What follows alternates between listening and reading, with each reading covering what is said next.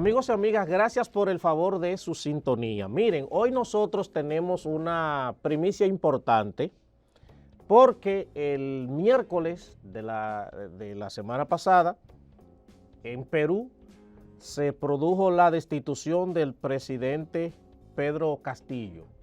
Yo había dicho que Pedro Castillo era una cuestión de tiempo, de que no iba a concluir su mandato por las situaciones que propiamente se venían dando en Perú en torno a su mandato.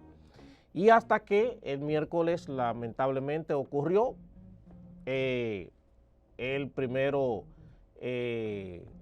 arremete contra el Congreso, posteriormente el Congreso decide destituirlo, etcétera, etcétera. Y estamos hablando de que es el sexto presidente en 4 años que tiene Perú.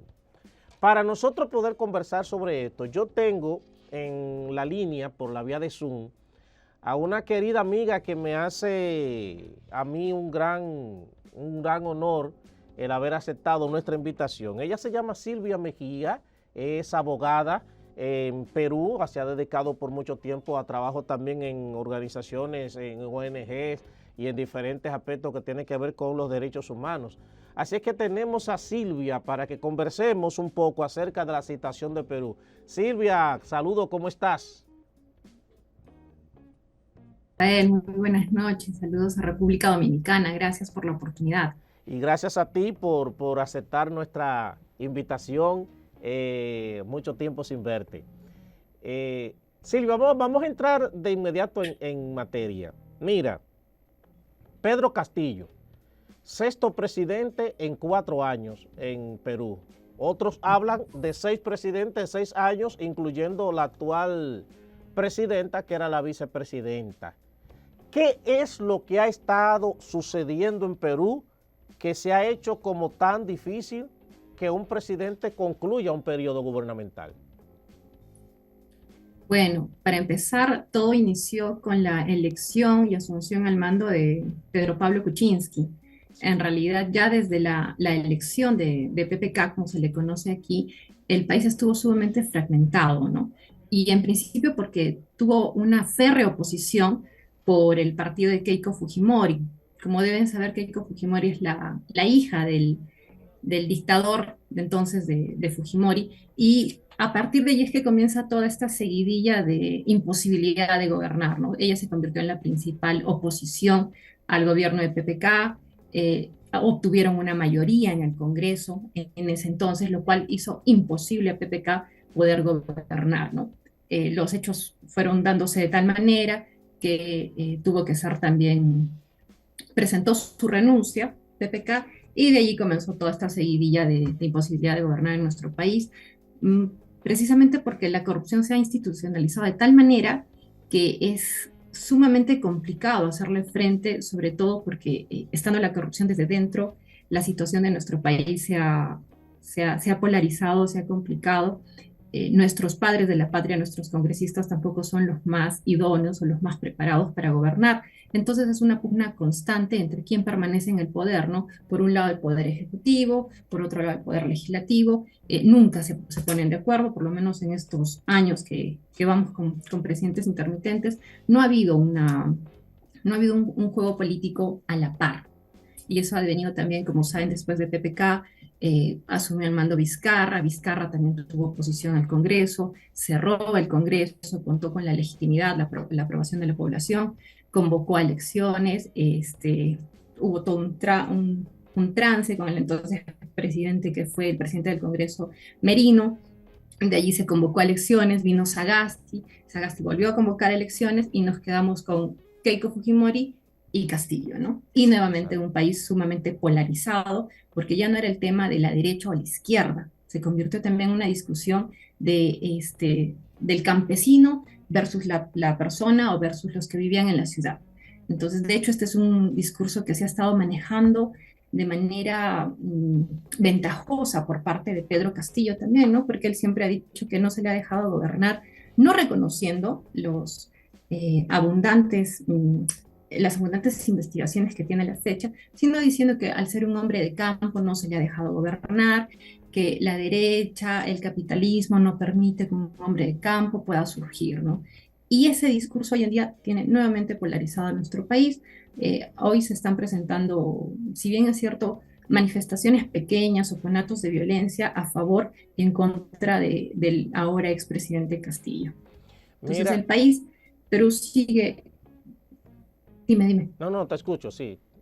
Concluye Sí, ajá, te decía que lamentablemente aún seguimos polarizados, ¿no? Si tú, acá en Perú, por ejemplo, ayer aprovechando el feriado que tenemos en nuestro país, yo me fui a dar unas vueltas por los mercados y hay gente que no está de acuerdo con lo que le está sucediendo, con lo que le están haciendo a Castillo, ¿no? Dicen que por ser un campesino, un hombre del pueblo, lo han tratado de esa manera y actualmente pues la gente sigue polarizada, ¿no? Nuestro país sigue polarizado a favor de Castillo y los que están en contra de él, ¿no? Bueno, yo decía al principio que el gran desafío que iba a tener quien ganara en Perú, tanto de Fujimori como de Castillo, era cómo lograr la cohesión de esa sociedad ante una situación de una fragmentación tan vista, tan presente, por el hecho de que el margen con el que gana Castillo es un margen demasiado estrecho. Por consiguiente, eso también daba a demostrar lo que tú dices de que la polarización en la sociedad es demasiado elevada. Entonces, esta situación de inestabilidad que se ha tenido, en la que prácticamente ningún presidente en 6 años ha logrado concluir, ¿qué ha representado eso para Perú? Porque yo entiendo que un país en una constante inestabilidad de esa naturaleza, entonces eso tiene algún tipo de consecuencia ya en el sentido no solo político, sino también en el sentido económico y social del país. Mm, En principio, comentarte que ahorita los dos temas urgentes que no se están atendiendo en Perú son principalmente la sequía y la quinta ola por el contagio del COVID. Según fuentes de mi país, fuentes periodísticas, indican que esta es la sequía más dura que hemos tenido en 30 años, y lo cual repercute inevitablemente en el tema económico. Hoy a la fecha, el precio de la papa, que es un producto andino originario de nuestro país y sumamente comercializado y ampliamente consumido por nuestros compatriotas, está en una suba constante junto con el maíz, que son granos originarios, que son también que forman parte del pan llevar o de la dieta diaria de los peruanos, ¿no? No se está atendiendo el tema de la sequía. El Perú es un país principalmente agricultor y los que están siendo fuertemente golpeados por esta situación son nuestros compatriotas de la sierra. Prácticamente no hay producción, por ende no hay una comercialización.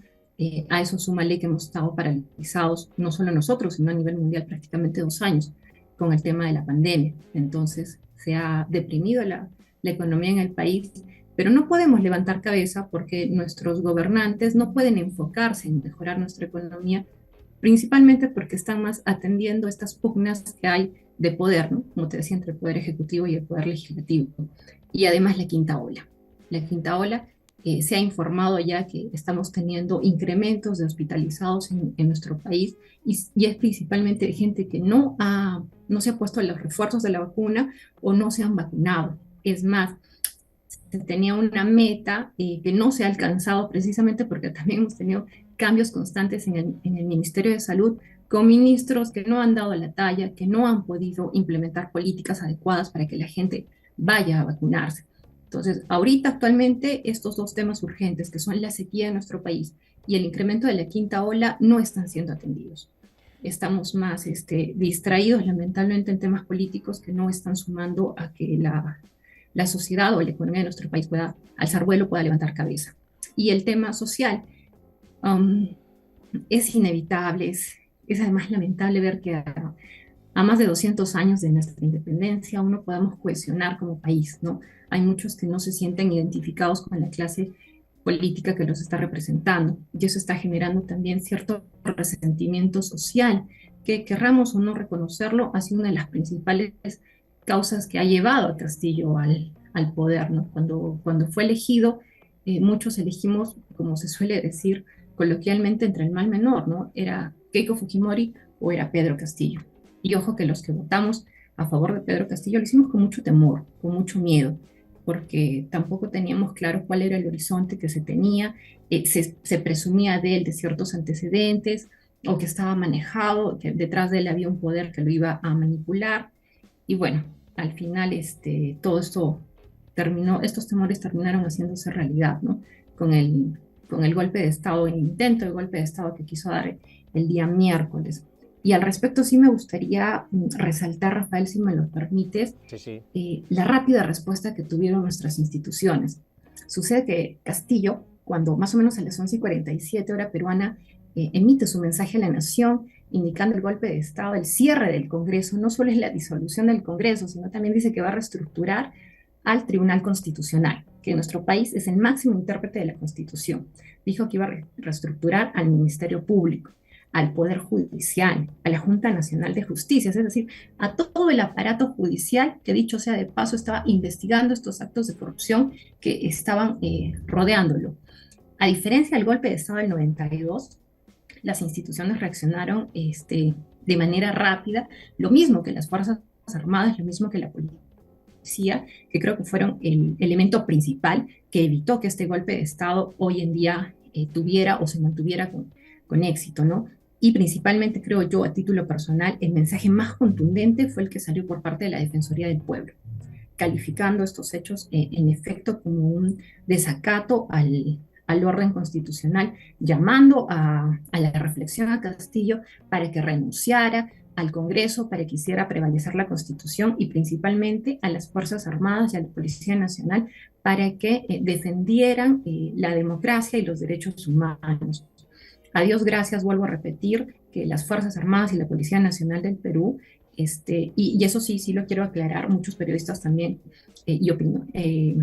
muchos periodistas han manifestado también lo mismo, el hecho de que las Fuerzas Armadas y la Policía Nacional, cuando declaran, cuando pronuncian que no van a apoyar el golpe de Estado que estaba realizando el entonces presidente Castillo, lo que están haciendo es apoyar la defensa de la democracia y no apoyar al Congreso. Muy Ojo, bien. hoy en día muchos congresistas de mi país consideran que este es un triunfo de ellos, cosa que no es así, porque en las calles el ciudadano de a pie no está contento tampoco con el Congreso, ¿no? O sea, la idea ahora es que se vayan todos. ¿Tú crees que esto produzca convulsiones sociales? Han habido conatos de violencia, hoy en día, hoy, por Pero yo ejemplo, me refiero, pues tú en la dices mañana que, también se estaban registrando ciertas protestas. sí, yo me refiero, por ejemplo, tú dices que han habido, pero como pequeñas todavía. Yo me refiero, ¿tú crees a que esto pueda ocasionar en el pueblo de Perú como tal algún tipo de convulsión social?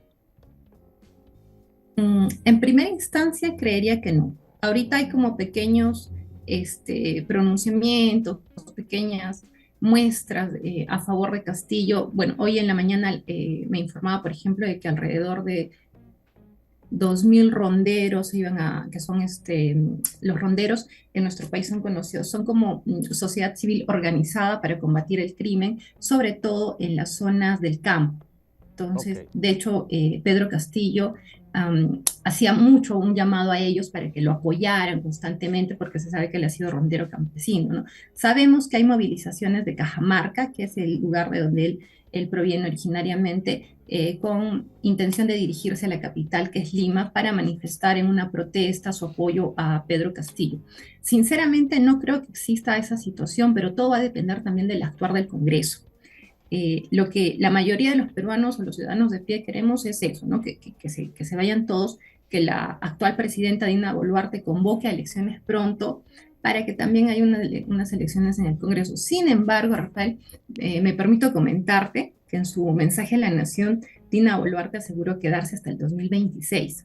Eh, para algunos analistas consideramos que esa es una indirecta de que ella no tiene intenciones de convocar unas elecciones congresales. ok. Y Eso la yo te iba, siguiente pregunta que sale, que se va a quedar en el tablero mientras se desarrolla esta situación es si es que en efecto el Congreso la va a dejar gobernar hasta el 2026. exacto, esa era la Habría que otra ver. pregunta.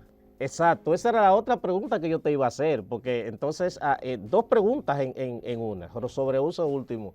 A raíz de esas declaraciones que ella dio, ¿tú crees que realmente el Congreso le permita a ella concluir su periodo Y la otra pregunta es, para nosotros finalizar, dos preguntas en una. Si tú crees que a raíz de esas declaraciones de ella, el Congreso le va a permitir concluir su periodo. Y segundo, si tú piensas que esto le abre posibilidades reales a Keiko Fujimori, que ha sido como el gran temor de Perú por tanto tiempo. Yo creo que no. Yo creo que en el caso de que ella termine su periodo va a depender mucho de cuánto se deja, cuán sutil, cuán manejable va a ser ella para el Congreso. Te comento que días antes de que se produzca toda esta situación ya calificada de histórica en mi país, Dina Boluarte salió exenta de una investigación que se le estaba realizando también, y salió exenta por la Comisión Investigadora del Congreso. De hecho, ya se decía que el Congreso le estaba tendiendo una alfombra roja porque también ya tenían las miras de vacar a Castillo. Entonces es como que queda en el tintero si Dina Boluarte les está debiendo un favor al Congreso. Yo personalmente creo que en tanto ella calce a las medidas del requerimiento del Congreso, la van a dejar gobernar. Pero cuando no lo haga, vamos a tener nuevamente un enfrentamiento. Y a eso también hay que sumarle, como te digo, cuáles van a ser las siguientes acciones del Congreso. Yo sinceramente pienso que va a depender de qué tan amistosa va a ser su relación con el Congreso, ¿no? Y ya hemos visto por experiencia que eso no va a funcionar, pues. Y respecto a Keiko, justo analizábamos eso con un grupo de amigos y yo creo que ahorita el principal ganador de esta situación es Antauro Humala. Antauro Humala ya ha salido a pronunciarse indicando que rechaza la situación en la que nos puso Castillo. Yo pienso que lo peor de todo que va a pasar en este país es que Antauro Humala va a ser el gran ganador de esta situación. Antauro No Humala, creo. él es familia de Ollanta Humala. Antauro Humala es familiar del expresidente Ollanta Humala, es el Ok, que se rebeló en armas sí, aquí en Perú, estuvo cumpliendo prisión, ya salió libre, ya y salió. él mismo ha señalado que va a llegar al poder, y cito más textualmente sus palabras, dijo que va a llegar al poder utilizando las reglas tramposas de la OMP. La OMP es la Oh, Oficina Nacional de Procesos Electorales en el país. oh Dios. O sea, estamos diciendo que va a lograr la inscripción de su partido y va a salir elegido democráticamente. Él piensa que Y será por los, otro Lula da Silva. tal parece, y te comento que la gente ya está totalmente cansada de esta situación y es muy probable que Antauro Humala en las próximas elecciones sea el semifinalista, por así decirlo, y es muy probable que en las próximas elecciones sea un Keiko versus Antauro Humala. Bueno, Y que Antauro salga elegido y bueno, Keiko sea la eterna candidata, ¿no? Porque ya la situación de ella también es complicada, el pueblo peruano creo que ya está aprendiendo a tener memoria y no olvida también lo que ella ha hecho. muy bien. Bueno, Silvia, gracias. Mira, hemos hecho un buen recuento de la situación de Perú. Yo deseo enormemente de que todo se normalice. Ojalá también que esta presidenta le permitan concluir el proceso, que llame a elecciones y que se pueda regresar a la normalidad en Perú. Y ya no una normalidad en que un presidente dure un año, 3 meses, no, que cada quien agote su periodo y que Perú vuelva otra vez al sendero de la estabilidad social. Es mi deseo para tu país, también mi deseo de Navidad. Muchas gracias, Rafael. Sí, también deseamos que lo anormal deje de ser normal en nuestro país. Y lo último que quería comentarte, ¿no? Al margen de la situación, algo histórico que está sucediendo en nuestro país es que Dina Boluarte se ha convertido en la primera presidenta mujer Sí, que está regentando nuestro país, ¿no? Al margen de las condiciones, en las circunstancias como se han dado. Por ahí también desearle una buena gestión. Y nada, pues bien, muchas gracias a ti por la oportunidad. Esperamos que no sea la primera ni la última. no, ya de aquí para allá a ti te vamos a tener como nuestra corresponsal fija desde Perú. Ya Gracias. encantada, ya encantada. Gracias, Silvia, te agradezco sobremanera el que aceptara nuestra invitación. Y bueno, a ustedes amigos, sigan en sintonía con Ajedrez Sociopolítico. Hemos estado conversando con Silvia Mejía, abogada desde Perú, con quienes hemos estado conversando y analizando la situación que en estos momentos vive el hermano país suramericano. Así es que quédese con nosotros y regresamos en breve.